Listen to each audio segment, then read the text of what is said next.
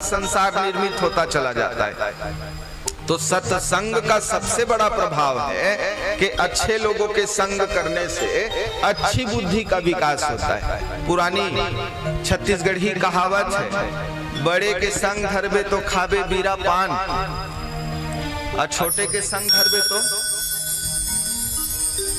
का कहते कटाबे दोनों कान। और इसी को गोस्वामी जी ने कहा है, बड़ो गहे ते होत बड़ जो बामन कर दंड।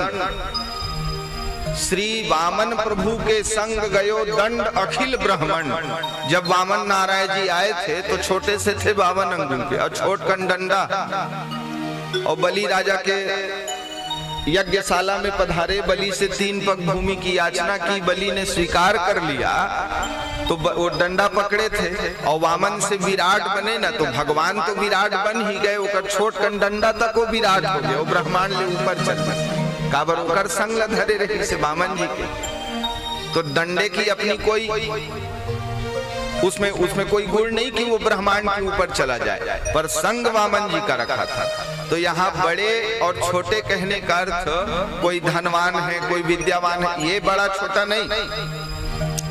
बड़ा वही है मित्रों, माताओं, सज्जनों, जिसका हृदय भगवान की भक्ति से वो तप्त है।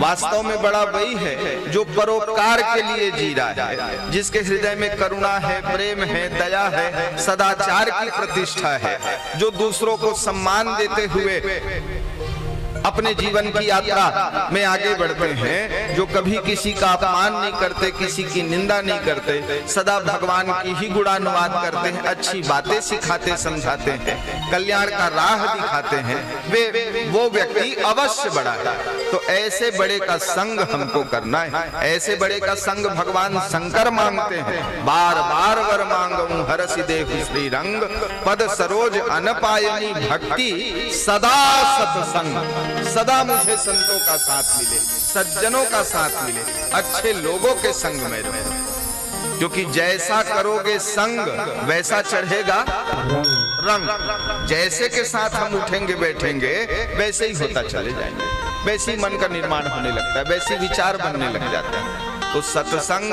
भारी आवश्यक है, नित्य सत्संग करे।